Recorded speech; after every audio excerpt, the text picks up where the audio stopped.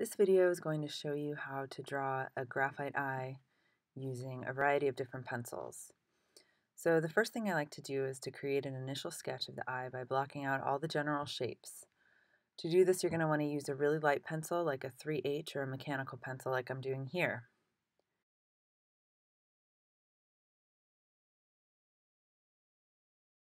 You want to remember to make sure that your pupil and iris are sort of a target shape, where the pupil is directly in the center of the iris and there's an even space all the way around. Some of the iris might be covered by the upper eyelid and the waterline, which may mean that you could have to erase some of the stuff as you're going along. I'm also drawing out the areas of highlights, the tear ducts, and the upper eyelid. Next, you're going to block in the pupil using your 6B. Make sure to leave a shiny spot without any graphite and use your blending stump to smooth it out. So now I'm going to use the 3H graphite pencil, which is the lightest of your pencils, to add in some of the details of the iris and adding a really light layer to indicate where the highlights and shadows in the iris exist. You don't want to press too hard. The darker values are going to come with more layers. So I did use a reference photo for this drawing, as you should with every eye drawing. So if you finish this tutorial and you want to try one on your own, make sure you've got a reference photo so you can see the unique flex in the iris. So once you've gone all the way around, you can go ahead and do another layer with your 3H with slightly more pressure, leaving the highlighted areas completely blank of any graphite so we can clearly see where those highlighted areas are. I'm also going in quick pencil strokes toward the pupil instead of a circular motion because there's kind of a spoke pattern going from the outer edge of the iris toward the middle. You should also notice that these patterns are pretty random, so be careful again to follow your reference image and not make them too evenly spaced. The outer edge of the iris tends to be the darkest, as well as the area just around the pupil, so it's really important that you pay attention to your reference photo and decide where the darkest areas are and where the highlighted areas are.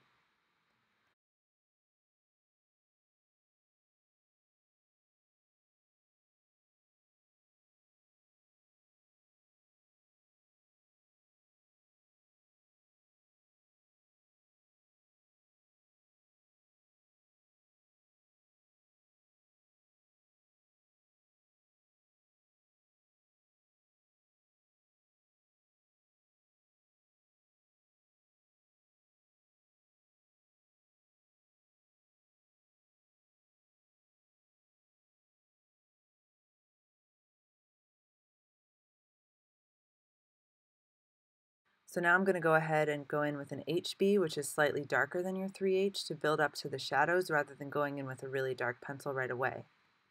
So I'm building up the contrast mostly on the shadowed areas around the outer edge of the iris and also on the upper part of the iris because it's slightly covered by the eyelid, which would make it a little bit darker.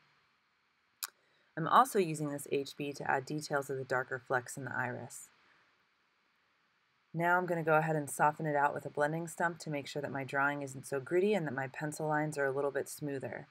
Be sure not to go crazy because you don't want to flatten out your iris completely.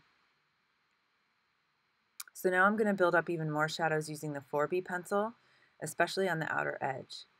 I'm still going with the direction of the flex and leaving the highlighted areas blank. You want to make sure that your pencil is really sharp because the 4B is a bold pencil and it softens up really quickly. So once I'm done with the 4B, I'm going to build up the areas of darkness even more with the 6B pencils.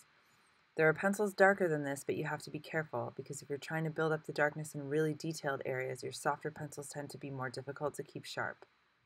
Blend it out again with your blending stump to soften up the layers.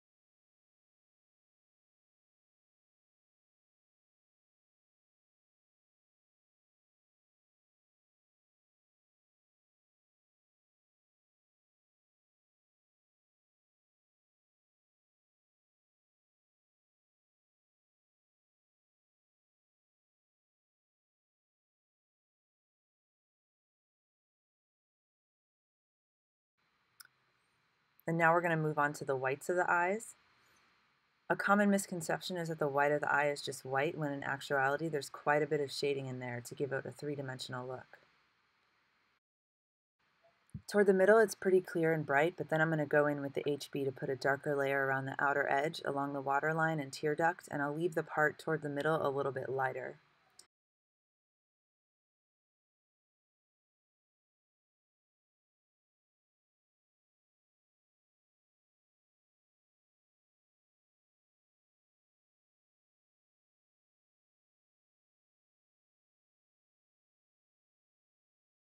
In this part I'm going to use a circular motion to make sure I have soft shadings, and now I'll go in with the blending stump to give it a smooth finish. So now I'm going to go in with the 4B and work on the tear duct to fill in the darkest areas, leaving the highlighted areas blank, and then finally blend it out with the blending stump.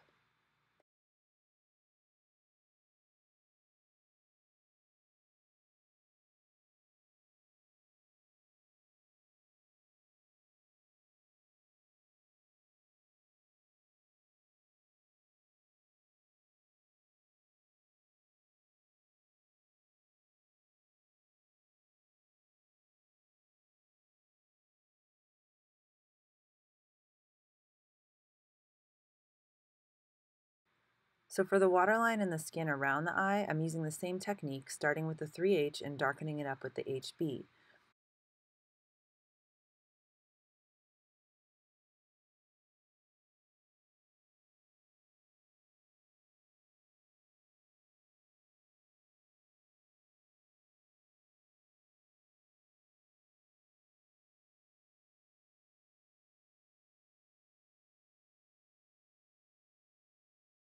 But when it comes to blending large areas like skin, I like to use a tissue because you get a really soft, smooth shading. You can just wrap it around your finger and blend it out using a circular motion, but sometimes tissues can pull off some of the graphite, so it's a good idea to continue your layering. You can decide what parts need a blending stump and what parts will need a tissue. Remember to always use a really light layer of pencil and build it up. And don't press too hard or you're going to have stubborn pencil lines that won't blend out very well.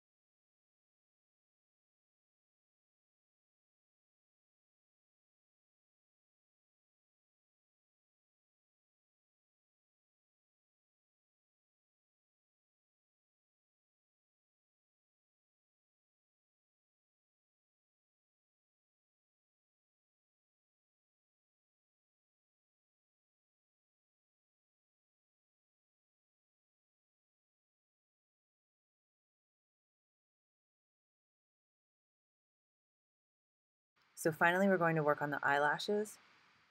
There's a few things you need to keep in mind when working on them. First, the upper eyelashes tend to be a lot thicker and longer than the bottom ones. You also need to pay attention to the direction they're growing.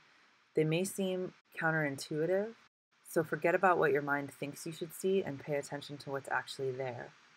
Depending on where the eyelash is, it's going to curve in a different direction. So I recommend starting with a lighter pencil to do a preliminary light sketch of where some of the lashes should be and the direction that they're going. And once you're happy with the placement, then you can go in with a 6B or a darker pencil because you really want to make them stand out. So mark them lightly, go over them so they're thicker at the roots and that they sort of taper off at the ends. Also make sure some of them overlap and make sure they're not exactly the same. They should be pretty random, and that will give them a much more natural look. Now I'm going to go back and tweak a few little things, adjusting the contrast here and there and using the eraser to lighten up certain areas. And finally, I'll use an eraser to add in some highlights on the eyelashes to make them even more realistic looking.